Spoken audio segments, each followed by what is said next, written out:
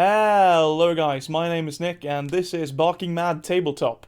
Today we are going to be taking a look at a few things that I've purchased, a few tabletop RPG products, obviously, that I've purchased, as well as unboxing one of them. So I'm just about to head off and go to the post pickup point, pick up the stuff, the Amazon deliveries, and then we'll have a look at those and see exactly what they are after the intro, shall we?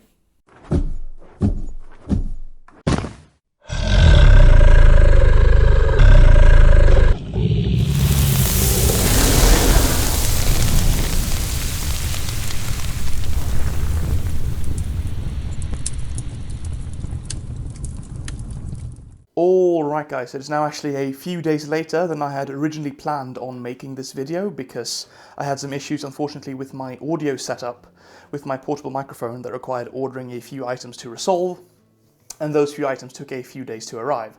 But now we're ready to actually take a look at what I was going to show you that I had picked up.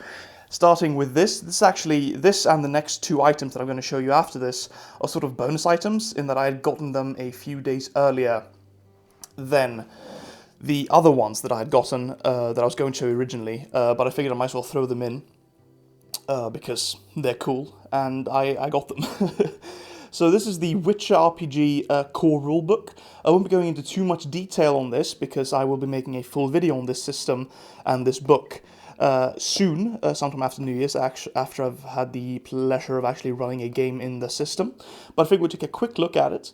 So here's the Witcher. Got some nice, lovely art of Geralt, the protagonist of the novels and the video games. On top is a nice Witcher, Pondsmith and Pondsmith, and the Art Halsorian logo, the CD Projekt Red logo, sorry. But yeah, very nice cover, role-playing in the dark and dangerous world of the Witcher. And then around the back, we have some nice flavor text, a little bit of information, tells you what it features, 9 unique classes, bestiary, stuff like that. It's a really nice looking book. I've actually had a pretty thorough look through this in preparation of playing on New Year's. Some more cool art on the cover here, on the back cover here. A griffin, looks like, and Geralt as well there. Killing a griffin. I guess this is supposed to be... I was going to say it looks like White Orchard from the opening of the third game, but this, behind him, this environment looks more like Kaer Morhen, so maybe it's just a more generic scene and not anything specific from the games. Regardless, again, not going to take too much of an in-depth look at this one, because I'm going to in a different video, but let's do a little bit of a leaf through here. We've got some more nice arts, the same art as the front cover, obviously, and here a nice index, both the cast and crew who went into actually creating and writing the book, as well as, you know, what you'd expect, like an index, like a table of contents. So we start off with like just a brief introduction to the world of The Witcher.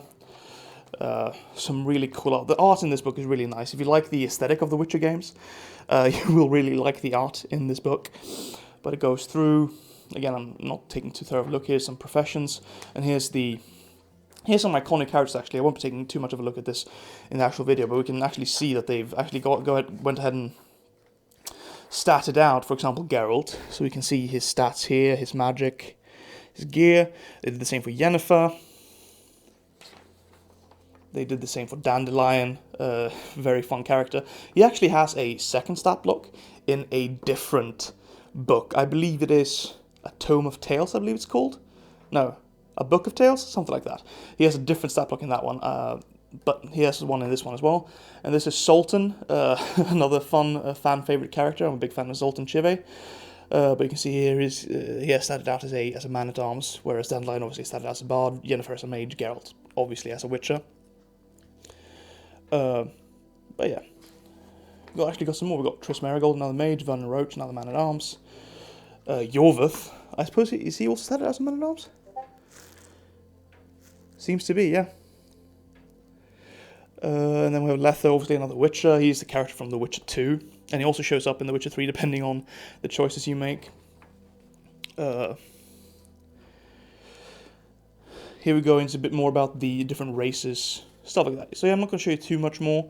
Some really nice looking art. Some nice looking art for the professions or the classes. But yeah, really cool stuff. And here he's talking about the life path system, which is probably my favorite aspect of this system so far. Besides the fact that it uses the metric system. Bless you, Art Halsorian, for that. But yeah, this is the Witcher core rulebook, which I'm going to be taking a more in-depth look at a later date. So let's move on, shall we? Alright guys, so up next we have the Witcher RPG GM screen and the Lords and Lands booklet. Now this is a kind of a 2-for-1 because this comes with this, or this comes with this. It's kind of hard to tell which one comes with the other, but this is like a little booklet, has some extra rules, some new items, some new other cool stuff. We'll take a look at that in a bit. We'll start off looking at the GM screen. Now I'm going to go ahead and unfold this. It's going to take both my hands, so bear with me. Alright, so here on the front we actually have some really, again, just absolutely gorgeous art to take a look at. Here we have what looks to be a scene from The Witcher 3, no spoilers in case you haven't played the game and are planning to, but this is what looks to be a scene from The Witcher 3. This is an earth elemental of some sort, or no, that's an Ifrit, I think. That's a Witcher style Ifrit, not an earth elemental, obviously, because there's fire. Yorvith from The Witcher 2. This,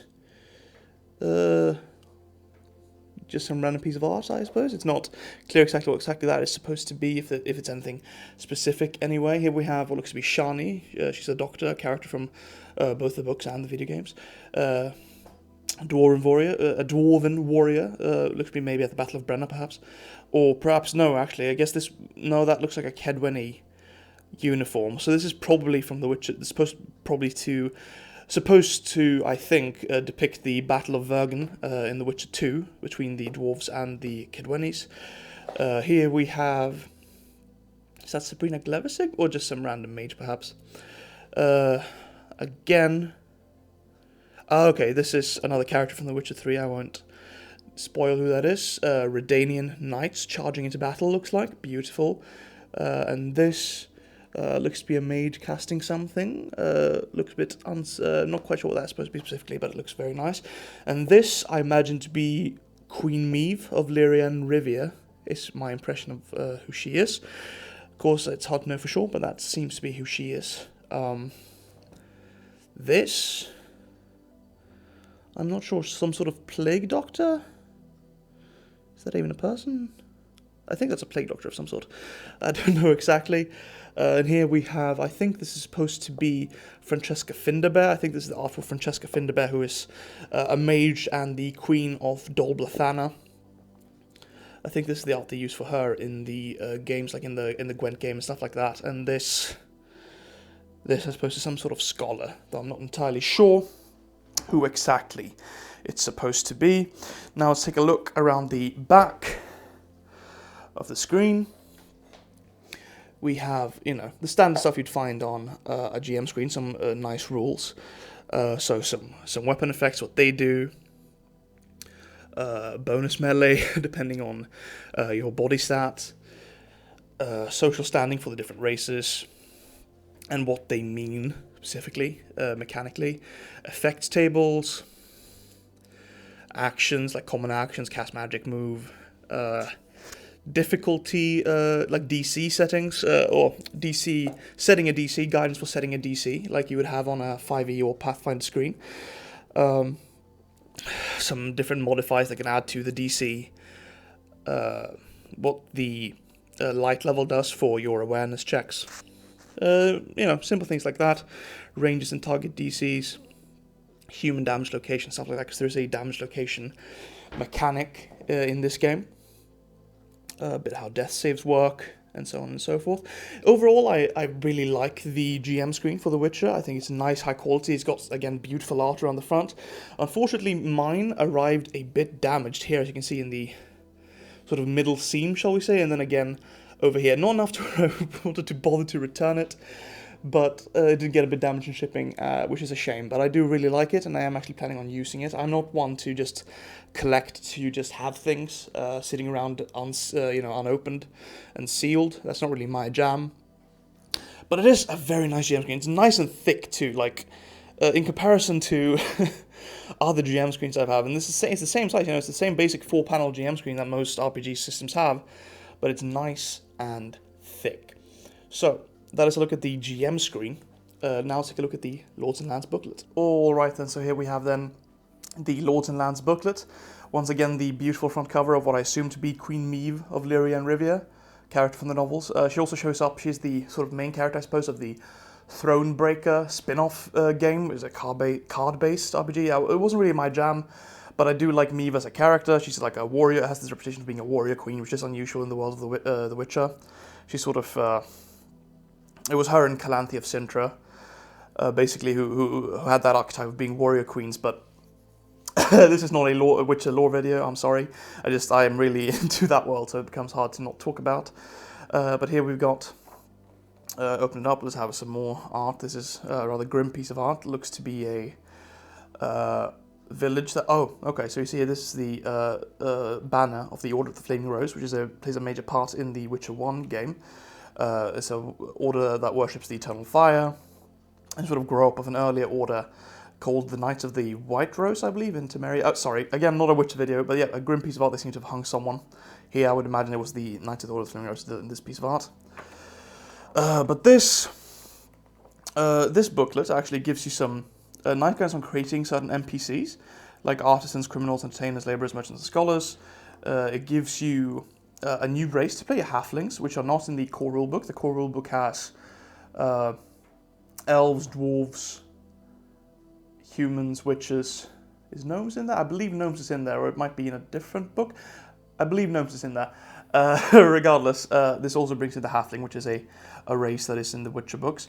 And then it also has a new profession, a new class, the noble, which has a really cool looking skill tree. Again, I won't go into too much detail rules-wise what's in this, because I will be talking about that at a later date.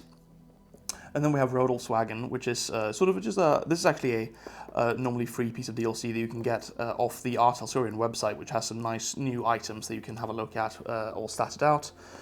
But you can see here some more art. It talks about crafting your NPCs, giving them some stats here, some sample stats for your criminals, some sample stats for your artisans. Like if someone shows up, if they start talking to someone who you haven't, like not an important NPC, you can just, oh, okay, this person is an artisan, and then you can look at and you have some basic stats for them there in case it's important and comes up. And then obviously you can stat them out in more detail at a different date. Then we have halflings and sort of their standing. As you can see here, goes on a bit about various mechanics for them, magic resistance, stuff like that. Halfling society, and then here we go to the noble, a nice picture of Morven Voorhees of Nilfgaard.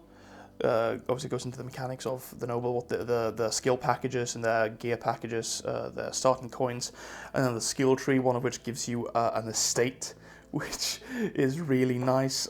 You always love giving players estates. Big fan of that. Some more nice art. This looks like a ballroom. It goes into the details of the estate, stuff you can upgrade, stuff you can have. Obviously it lets you place it where you want within reason with GM permission here. And then it goes into Rodelswagen. Not going to go too much in detail on these items, but some nice items, some more chemical items, some weapons, some general gear. And, goes into more detail rules-wise and things that, some nice descriptions of these items and stuff that Rodolph Casimir, who is a character in the book, might say about them. But yeah, that is the Lords and Lands booklet, which comes with the GM screen. Very nice. So with that done, let's take a look at our next item. Alright guys, so up next we have the Pathfinder bigger basic flip mat. I'm not gonna open this up and unfold it because honestly there's not much to look at. It just looks like this. One side looks like this lighter color and this darker color. I'm not sure, is that supposed to look like grass? I will have a look, or is it just supposed to be like more parchmenty? Regardless, it's not much to look at, but having used the flip mat that comes with the Pathfinder beginner box for 2nd edition, I have not played 1st edition, I can tell you that for what they are and for the price they charge for them, these are actually really quite nice. And it's always good to have just a blank piece of gridded, shall I say, paper or something to bust out in case just, an unexpected battle comes along. And this one you can actually draw on basic structures and like little bits of, just basic things with any sort of marker. And they can just wipe it off with, a wet towel or a dry towel, depending on what type of marker you have. And I bought this because, it's sort of well overdue. Every GM should have probably just a blank grid to use. on occasion. I haven't had the need for it until now because we've mainly been using VTTs. We've been using like Tailspire and Owlbear Rodeo for our battle maps mainly. But now that I'm running The Witcher, I'm just going to go ahead and be using this because it's fun. And this is a Pathfinder Pro technically, but there's no reason you can use this for any RPG system that uses a 1-inch grid, which most of them do, because it's just a standard 1-inch grid on here. So, yeah, again, not too much to look at, but it's nice to have, and it's good that I finally have it, and I'm going to be using this on New Year's Eve when I'm running The Witcher. I'm also actually going to be using the pawns from the Pathfinder Beginner Box, because it's nice and convenient, comes with bases. So yeah, the Pathfinder Beginner Box, you really get a lot of mileage out of that one, but I digress. Yeah, but that's the Pathfinder Bigger Basic Flip Map. Alright guys, so up next we have the Royal Tournaments supplement for Pathfinder 2nd Edition by Legendary Games. And this is a pretty cool supplement. I haven't had too close a look at it because I also want to do a video about this one. But as you see on the cover, it's all about, as you can see from the cover and also the name of the fucking thing, it is all about like royal tournaments, tourneys, jousting, stuff like that. But there's tons of different rules in here, like win conditions for the jousts, and all types of different games, and just watching the joust, watching how that's going to happen. Some really like cool looking rules that I am very interested in trying out at some point if my players ever come to a place where a sort of royal tournament is going on. But we can see that, for example, let me see if I can find it. Has been a bit. Let's go to the table of contents. That's always useful when looking for something. But yeah, you can see that it has tons of different contests here, right, and what it means to win, and rules for cheating even. What happens if you cheat and how to cheat, I imagine. Eating and drinking contests, athletics, jumping, racing, test of strength, jousting, obviously that you would assume, target shooting, all kinds of really fun stuff that you might be able to explore in a campaign at some point. I always am a fan of things that add new subsystems to the game and stuff like that. That's why part of the reasons I love, one of the reasons that I love the Game Mastery Guide, beyond just the very helpful tips it gives you, it's also just like there's so many cool subsystems you can use in that one, and there's just tons of phenomenal GM support. And here we have some nice art. It's the same artist on the cover, but it's really quite nice looking. Racing events. It's not a big booklet. I think it's about 33 pages, but it was pretty cheap and seems worth it. But I will be taking a more in-depth look at this. Maybe, probably won't do like a full review on it unless I actually have a chance to actually use it. I might not, depending. Ooh, this is cool. It's riding what seems to be a griffin. That's really cool, actually. But it has rules for, oh yeah, special jousts. Oh, I think it also has the rules for like various actions you do while you are jousting. Eating contests again. Yeah, this is really cool. This seems like a lot of fun. I definitely want to integrate this into my game at some point if I can. Maybe if they head down to the sort of magic, well, not magic, but more like, you know, chivalrous fantasy Nightland. There is one. Ooh, another cool piece of art. Someone shooting an arrow. But yeah, Legendary Games is, as far as I'm aware, pretty well regarded in their stuff. They are making, obviously they helped make the new Kingmaker version for 2e. So, my first impressions of this are pretty positive, but again, I haven't taken too close a look. But I like the art, I like the concept of it at least, and like I said, I like new subsystems always. Oh, what's this? Oh, that's well cool. I'm not going to look too closely at that because I wanna save that for something else. But yeah, this is the end of the book. Gives you some credits to the OGL and stuff like that. Alrighty, but yeah, that is the Royal Tournament Supplements by Legendary Games for Pathfinder 2nd Edition. Alright guys, and last but certainly not least, we have the Star Trek Adventures role-playing game starter set from Modiphius. I know in my last video I accidentally said Mephidius, but the name of the company who makes this game is Modiphius and not Mephidius. My apologies. I knew it was Modiphius, I just misspoke. Yeah, I have actually not opened this up at all beyond just taking it out of the plastic wrapping it came in the box. But just looking at the front cover here, I'm a big Star Trek fan, so I'm quite excited to take a look at this. Definitely want to try this out at some point. I am unfortunately the only Star Trek fan I'm really aware of, or at least who is interested in RPGs. So I don't know if I'm going to be able to swing a full campaign of this, but a session or two, or maybe just run through the little adventure that comes in this box, I think might be doable. But nonetheless, let's just take a look at the front cover here of the box. Some very nice looking art. Looks to be in some sort of planet. Something fucked up's happening. Is that lava behind, sort of drifting up, or is that something else? It looks like it might be. I don't know. Something's drifting up there. People are wearing what looks to be next generation TNG uniforms. Very nice. So yeah, let's go ahead and open this up and just sort of get everything out of the package and have a look at it all separately.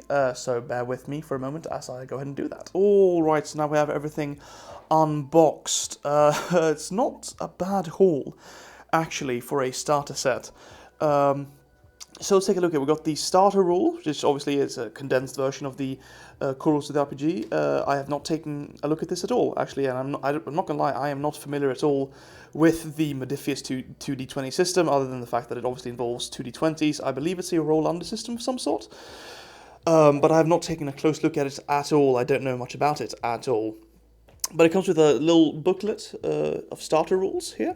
I don't know, do they include the rules for creating your own character in the starter rules? Doesn't seem like they do. Oh, I see. That's a bit unfortunate, I think, but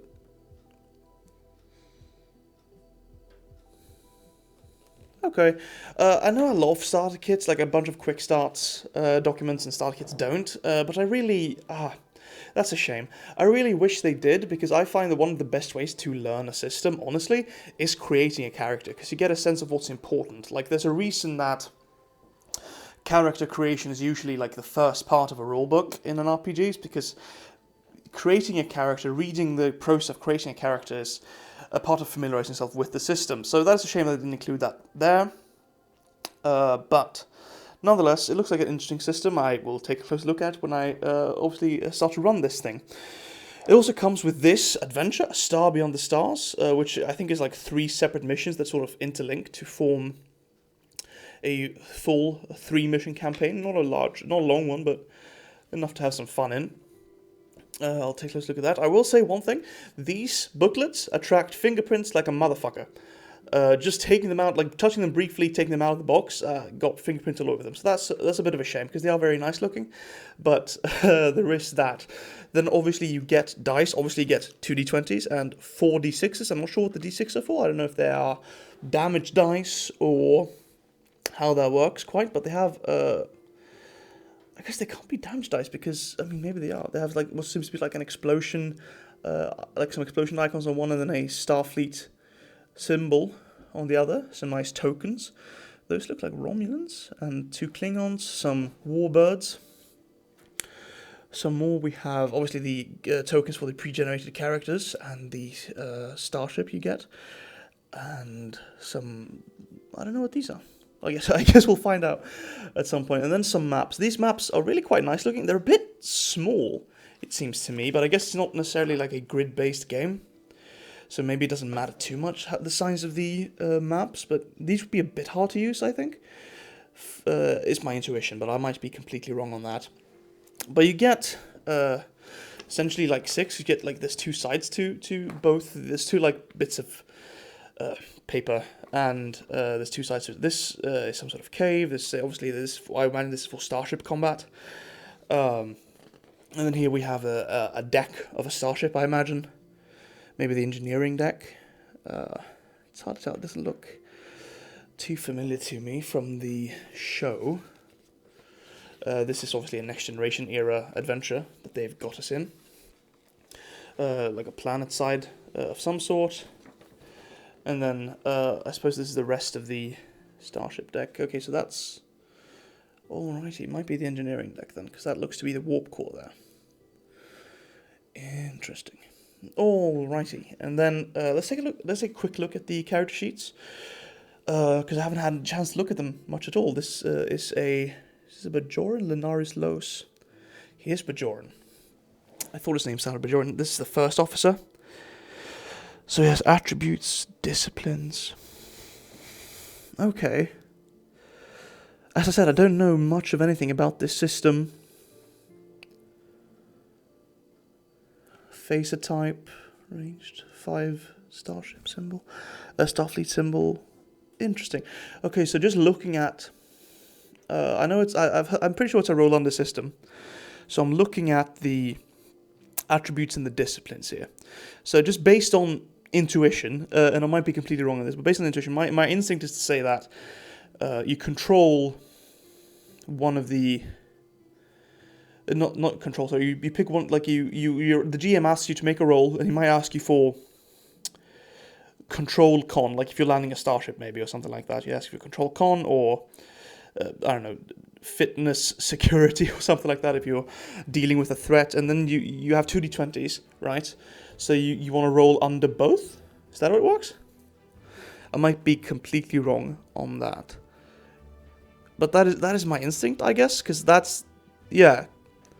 So you want to roll under your, like, because you have 2d20s, like, it would be weird to me that you would be rolling, like, if you're just rolling one thing, if you're just rolling command, it would be weird to me if you were just rolling 2d20s for just against one thing, really, because that's just permanent, essentially advantage from 5e, which is, I don't know. I reckon that's not how it works. I reckon that feels most appropriate to me, that you're rolling against two different stats at the same time. I feel like that's most appropriate.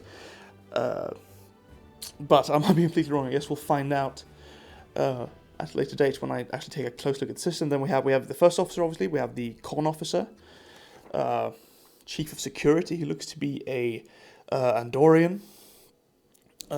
Cool people, those guys. And then we have the chief engineer, who is, ooh, a Trill. Nice. And a Vulcan medical officer, and that's it. And then around the back of them, we also have like references for their duties on the ship. So I guess the ship, I mean, it makes sense that the ship would play a big part in the Star Trek RPG. So this is actually really quite nice. I like these character sheets. I just wish that they had included blank ones and the ability and the rules for creating your own character. I feel like that's sort of a litmus test for a starter set.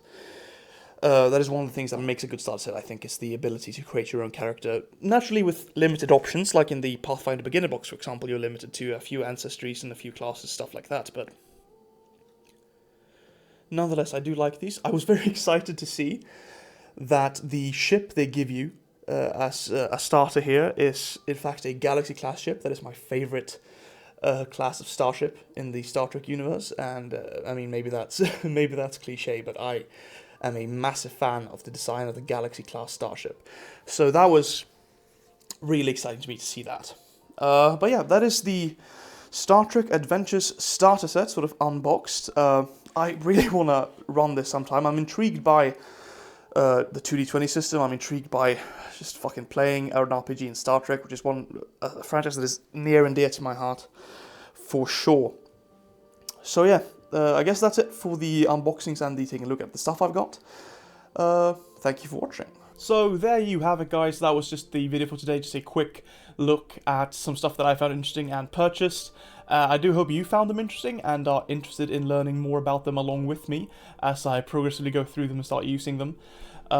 I know it wasn't super in-depth, but more in-depth content is coming, I do promise, starting, I think, with that Witcher video, sometime after Christmas and New Year's, once I've had the time to run it, get my thoughts together and actually get a good grasp on the system so I can make the video that the system deserves, because it is a very interesting system that I am looking very much forward to running, and I guess that's it. I do hope you guys enjoyed this video, and see you all next time.